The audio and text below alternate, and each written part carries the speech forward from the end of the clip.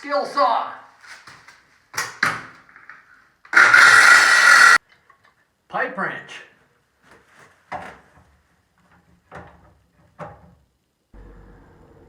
receptacle,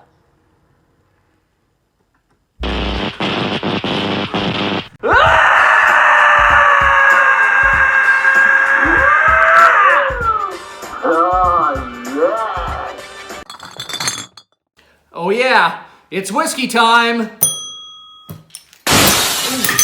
God! Ah! Come on. It's not like I threw the coronavirus at you. It didn't even hit you. Here.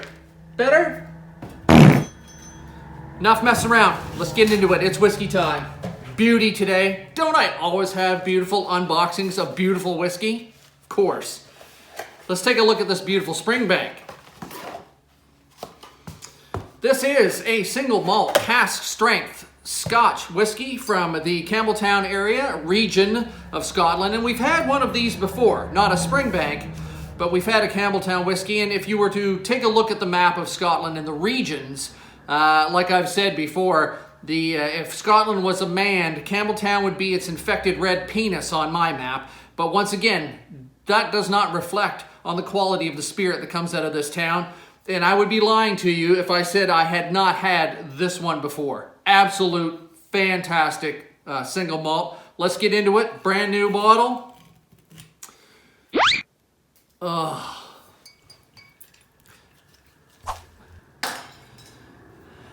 Springbank, like I said, I've had this one before. It's really good. I got it about 6 or 7 years ago, and then in the Fredericton area, we weren't able to get it for the longest time. And then at the last Scotch Fest we had last year, 2019, oh yeah, they got a few in. So we're going to try it. For your benefit today, we're going to try it like it's our first time. And hopefully it's better than like the first time of having sex. Because like I've said, you know, whiskey is like sex. If you don't like it, you're doing it wrong. Can you get a look at the Springbank there? This is a 56.2 ABV, or alcohol by volume. If you're in America, that's what, 112.4% or proof. Sorry. I'm going to set this over here. See if you can get a look at that. Beautiful golden amber to it there. Almost a wheat color. I know I'm going to need a little bit of water for this one because it's such a high alcohol volume. Let's take a sniff of the nose though, because you know you love that. Oh, man.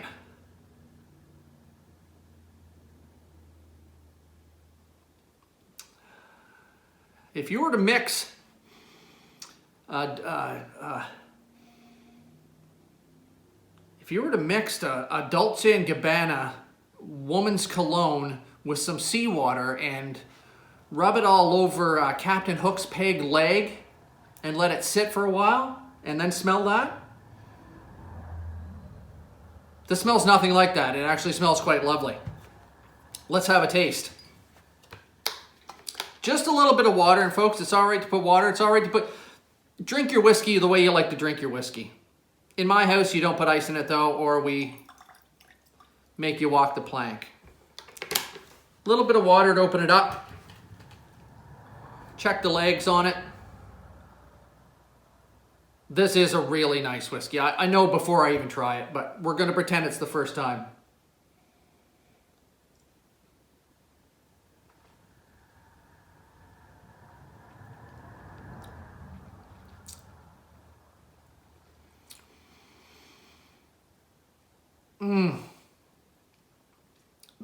That is just an explosion of flavor in my mouth.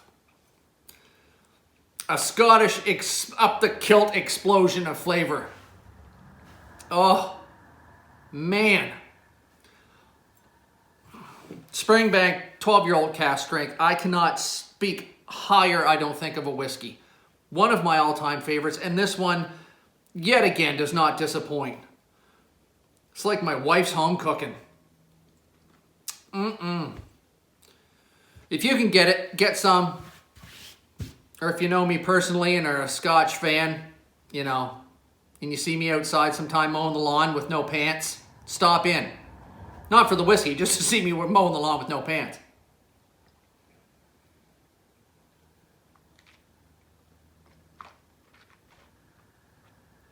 Oh, you're just adorable.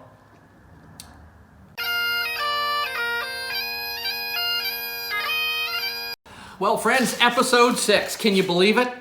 Markus Harvey here, still 69 steps in front of the St. John River, in front of the woodpile. It's starting to warm up a little bit, but it's so icy out there now, I'm afraid I'd slip and smack my gourd.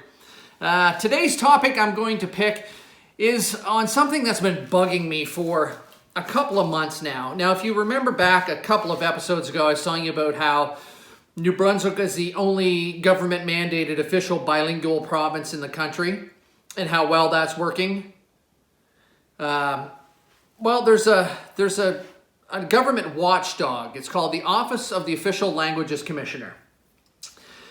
We have one in New Brunswick, and heads up for the rest of you in Canada, there's one federally as well. But let me give you a little example of what they're supposed to do. They're kind of the watchdog on making sure that the Official Languages Act is adhered to. So for example, I'll give you a couple of quick examples, then I'll get to what's bugging me. For example, if I was to go in and buy a bottle of whiskey at my local liquor store, they're government owned.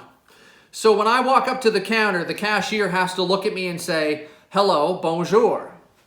They have to offer me service in both official languages in case I happen to be French and don't know how to speak English. Although 91% of the province knows how to speak and understands English. But I'll let that go for now. So if I go up and I buy my bottle of scotch and the person says, how's it going, man? Nice bottle you got there. And they don't say bonjour, that's not adhering to the Official Languages Act. So by rights, I can go to the Office of the Official Languages Commissioner and file a complaint. Well, last year, in 2019, that office received a total of 89 complaints. So that's less than 2 complaints per week. With a budget of, I think they've got a budget of around $1 million. Fact check it. I'm not saying that for sure, but it's a whole lot of taxpayers' money. And if I don't say, if I go up and the cashier doesn't say hello, bonjour to me and I report it, they can get fired. And an extreme example of this comes back probably 4 or 5 years ago now. We had a official languages commissioner here. I won't mention her name because the taste of her name in my mouth makes me want to vomit because she's such a dark, vile, cancerous piece of crap. She's retired now, though, and probably enjoying a great pension on the taxpayers' dime. But anyway, back the story up. The Official Languages Commissioner went into a government building downtown here a few years ago and went up to the, we'll call him a security guard for in all intents and purposes, went up to the security guard and was asking about a meeting or to go somewhere, and he was talking to her in English, and then she spoke to him in French. To which he offered, okay, well, I don't speak French, but I can get one of my people to help you out here. I can find someone. And she said, oh, no, don't worry about it. Continued on in English, and that was that. Case closed, or so you thought. Well, anyway, an official complaint came into the Official Language Commissioner's office about this security guard, and ultimately he was let go from that position. Now, a bit of a stink was raised, and he did get to come back. But it was decided amongst the folks that took care of his employment that he wasn't French enough for that position that he had been let go from. So they gave him a job sitting on a chair in the parking lot in the New Brunswick winter to guard the parking lot of this government building. I kid you not. Then we find out later on that it was actually the language commissioner, the woman that I spoke of earlier, that filed the complaint to her own office about this guy after she said, no, don't worry about it, and started speaking to him in English.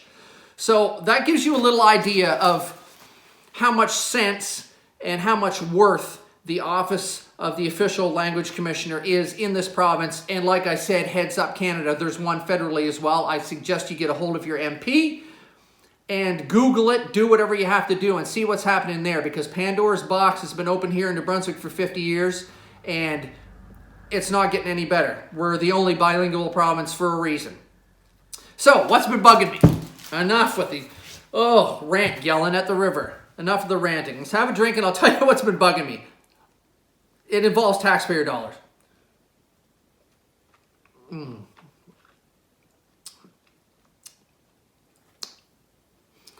This whiskey, I'm not playing it up to the camera. This is one of the most delicious, flavorful, fantastic whiskeys.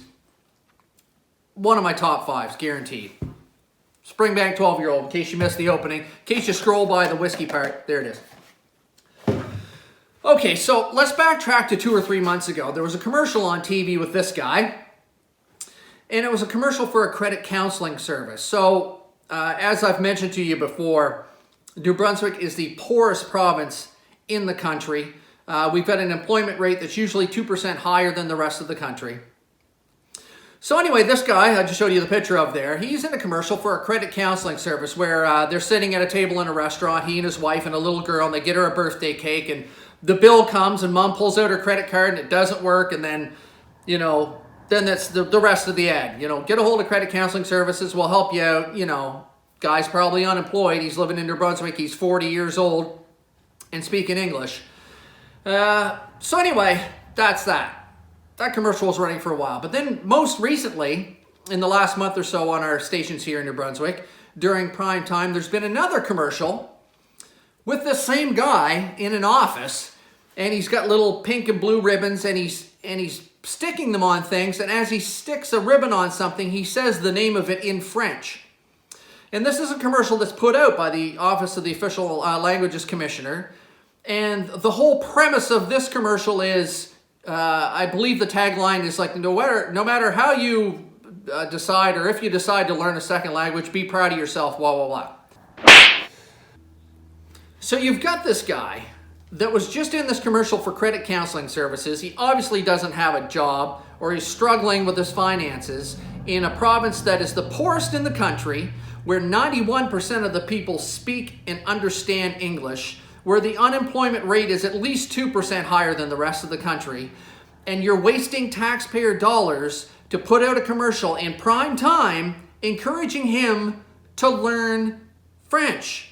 This is a 40-something-year-old guy, English guy, who statistically, there's a 50-50 chance he doesn't even understand English good enough to read and write at a proficiency level, and you're spending the taxpayers' dollars on this, trying to get him to learn French. It is absolutely and unequivocally the most asinine, foolish waste of taxpayers' money I've ever seen. Like, what happened? Did the people from the credit counseling services go, it, just don't worry about getting a job, go learn French, that'll save everything? No, it won't. You're best off in this province. They should have a commercial out there, you know, promoting people to learn to be a carpenter, or a plumber, or an electrician, so that they can get out of this province, like everybody else, including the ex-premier, have done, to get work. So that's my beef. That's what's been bugging me for the last little while. This commercial being on there, promoting learning French. I want to see the commercial that's playing up in the French parts of New Brunswick, promoting people to speak English.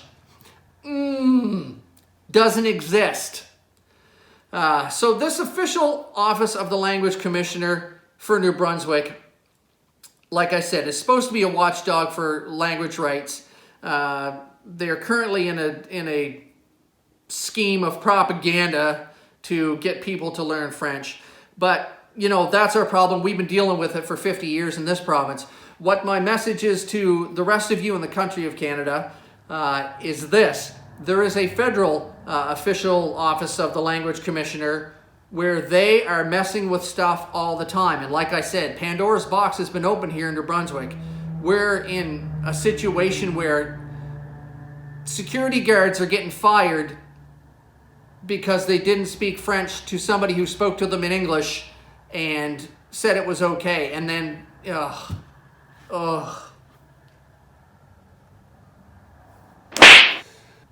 just a heads up, Canada. Get a hold of your MP.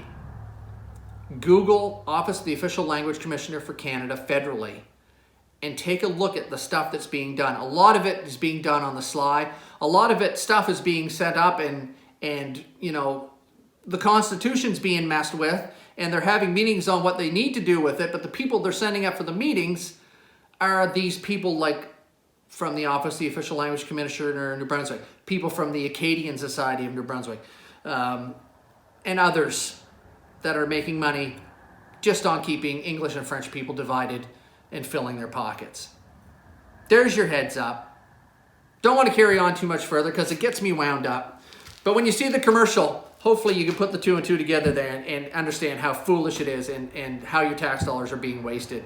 Speak to your MLA locally here in New Brunswick, and say, why is this office getting money for handling less than 2 complaints a week? And of those, 85% are from French people who statistically, 9 out of 10 of them speak English. They're just doing it to be arseholes. Anyway, thanks for stopping by. Sorry for ranting, although it's kind of why I'm here. Enjoy your whiskey. I'd say drink the whiskey, yes. Eat the bacon, yes.